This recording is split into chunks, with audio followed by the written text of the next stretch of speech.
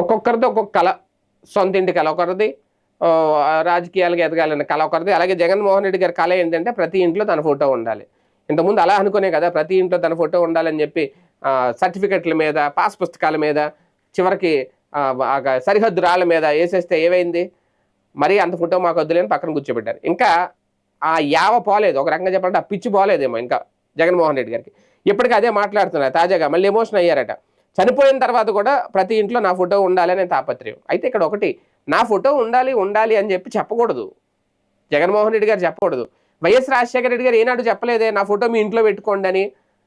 ఆయన మీద ఉన్న అభిమానం, ఆయన చేసిన మంచి పనులు, ఆయన చేసిన అభివృద్ధి, ఆయన అందించిన సంక్షేమం, వైఎస్ జగన్మోహన్ రెడ్డిని దేవుణ్ణి చేసింది, తన అభిమానుల గుండెల్లో ఉండేలాగే కాదు ఇంట్లో కూడా ఫోటో ఉండేలా చేసింది.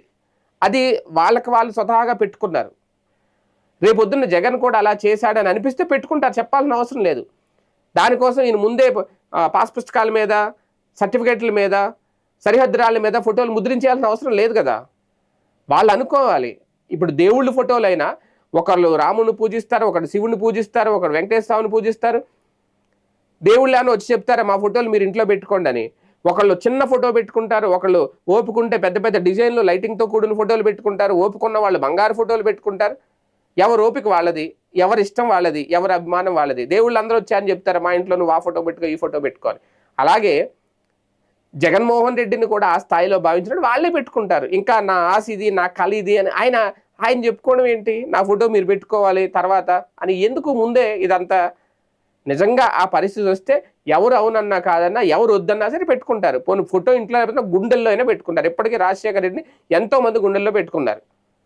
రాజశేఖర రెడ్డిని ఎప్పటికీ కూడా ఒక మాట అంటే ఊరుకోలేని వ్యక్తులు చాలా మంది ఉన్నారు. ఎందుకంటే ఆయన అంత మహానుభావుడు, అంత దేవుడిగా భావిస్తారు వాళ్ళందరూ కూడా.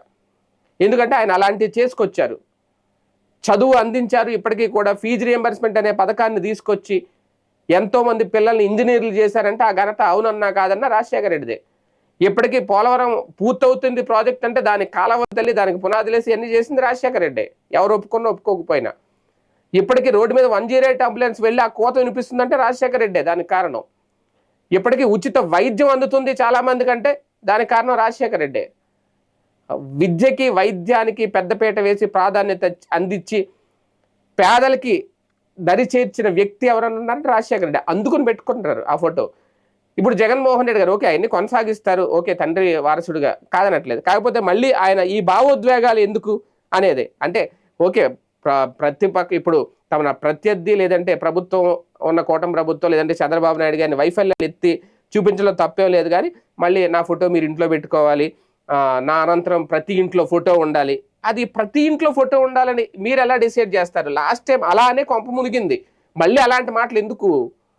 లాస్ట్ టైం అలా అనుకునే అన్నింటి మీద ముద్రలు వేసేసి ఫోటోలు వేసి పాస్పోర్ట్ సైజ్ ఫోటోలు, మళ్ళీ చుట్టూ నవరత్నాలు, మధ్యలో ఈయన అందంగా ఒక సెల్ఫీ, ఎందుకు అవన్నీ? ఇప్పుడు అది తీసి పడేసి లోగో వేశారు. అది వెగట పుడుతుంది, అందరూ యాక్సెప్ట్ చేయరు. నచ్చినోడు ఎలాగ పెట్టుకుంటాడు, వాడిని వద్దన్నా ఆగడు, వాడికి చెప్పాల్సిన పనేం లేదు. కానీ ఇది ఏంటంటే ఒక విపరీతం లేదంటే ఒక అతి అన్నట్టుగా ఉంటుంది. ఇది కొంతమంది అయితే ఖచ్చితంగా దీన్ని వ్యతిరేకిస్తున్నారు. ఏది ఏమైనా ఉంచుకోవాలి ఫోటో లేదంటే ఆయన గుండెలో పెట్టుకుంటే అది జనం ఇష్టం అంతే తప్ప అది మనం బలవంతంగా చెప్పడం వల్ల విమర్శలకు దారితీసే పరిస్థితి ఎదురవుద్ది.